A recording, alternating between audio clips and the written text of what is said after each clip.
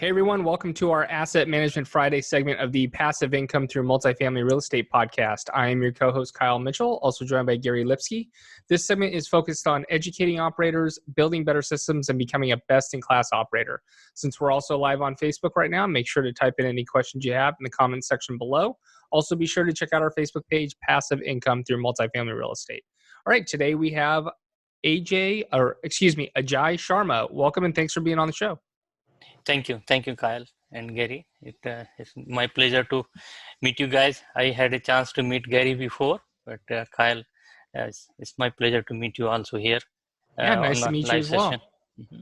Awesome. Well, if you can start by telling listeners a little bit more about yourself and what you currently do.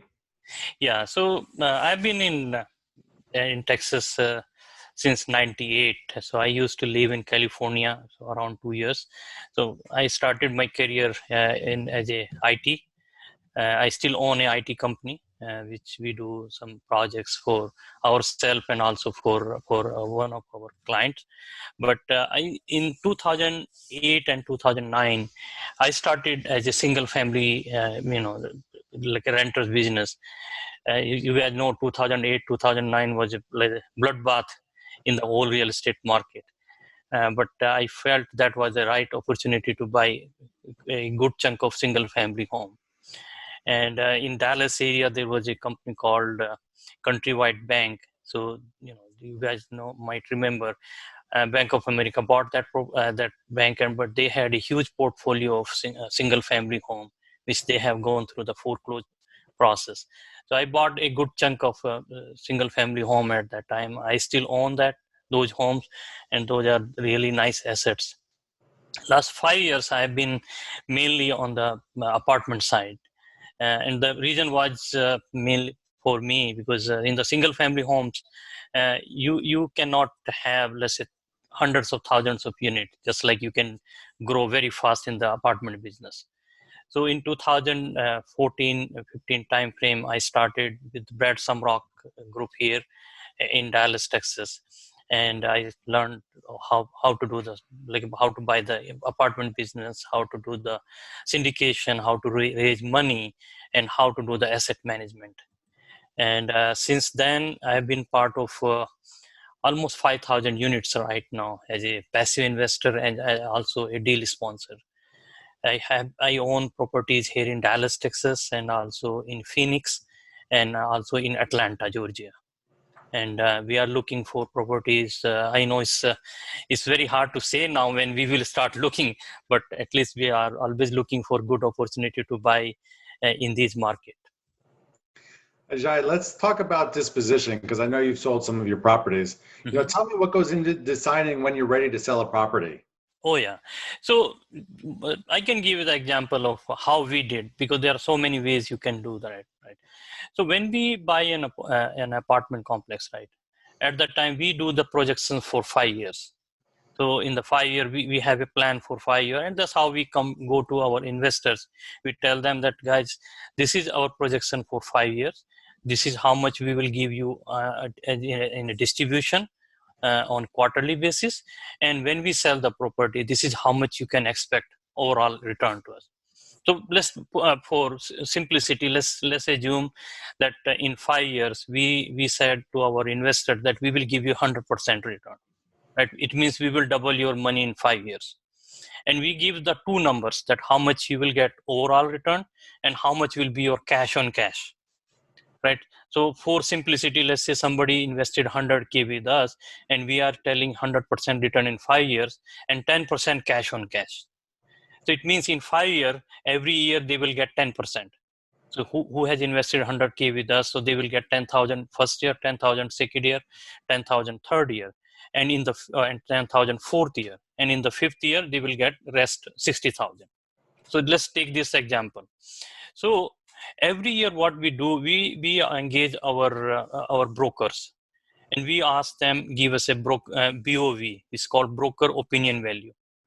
So based on the NOI, we ask them, okay, guys, tell us what is the value of our property right now. And every year when we are getting their BOV, let's say in fourth year, our brokers are saying that, guys, based on this is how much return you will get. And we do our calculation, we do the closing cost, and there is a formula we play in that one. And when we are close to that, the total return, then it means our property is ready to sell. That's how the total process works out for us. So I know it's very, in this environment right now, it's very hard to predict that whether whatever pro forma you thought 5 years back or 4 years back, can you get the same price at this point or not? If let's say we thought like 4 years back, will be our total return, but due to this whole coronavirus and all those things have changed, and we cannot get that return. So then in this case, we always have a cushion, or like our, from the loan perspective, that we can hold our property longer, because we don't want to be in a situation where we are saying, oh, we must sell. That should not be the case. We should decide, like, our loan is long enough, our properties are performing, and then I think better to hold. But to answer your initial question, this is our whole process. We engage our brokers, we get their BOV, and once our property is returning our projected return, then it means we are ready to sell. And do you start engaging your investors before, like, so let's say on the 4th year, you hit your number, and before you put it on the market, are you reaching out and communicating to your investors? See, investor communication is the key. So there is nothing called over communication with your investor. You should always get engaged. So we send our monthly newsletter or update to all our investors, and we give them whole NOI. So the report coming from our management company, which has all the information, it goes along with our package. So our investors are fully engaged right from the beginning, right? And so just to, like, when we are talking about investor, about specifically about the selling the process, right? In our company agreement, we have that clause that we have to have 80% of vote from our investors before we sell it. So any major decisions, we have to have 80% of vote. And as you guys know, the percentage of vote is dependent on how much the person has invested in the deal, right? So we have to have 80% of vote. So just before, not just before, so based on the BOVs coming, then we start giving the information to our investors. Guys, there is a possibility we can bring this property into the market. And when, let's say, we have a perfect BOV now ready to go, then we send a formal communication to the investors. We ask them whether their vote is for yes, to sell the property, or is not to sell the property. And if we have enough vote to sell the property, then we are ready to go from there. All right, so you put your property on the market. What are the problems you face with your property management company, if any, when they know they're going to be out of a job or they need a transfer? So tell us some of the things that you face. Yes. So the way it works, I have sold 2 properties and it works very well. So when you are, let's say, engaging your brokers, right, that okay, you are about to sell the property, always bring your executive level person from your property management company into the play. So make sure that they are aware that you might be selling this property. Do not start with your staff, because your staff should know on day one, oh, you are about to sell the property. Because if you bring, you have your executive level management company guys in your confidence, then you are good to go from there, because you need their help. You need their help right from the beginning. And once you are about to bring the property into the market, so most of the management company, they have a lot of properties in the market. So they will give them a confidence to the staff that, guys, your job is not going to be in jeopardy. We will give you another place where you will have a job. Plus, one more tip I can give you, that make sure that your staff have some kind of like a bonus plan for them, so that they have an incentive to help you out during this process. So remember that, because once you go to the market, let's say you have a buyer, right? The buyer has a dependency of the loan amount on your T3 income, right? And in order to make sure that when you are going through the tours, you are going through this whole process, your property looks good, your management company, your staff is professional looking there, your right, your office look is clean and all those things. So you need help from those staff. So make sure that you have a bonus plan for them. Tell them that, guys, if we sell this property, then this is for you, right? And having a good relationship with the management company goes long way, because we all are in the business for a long haul, right?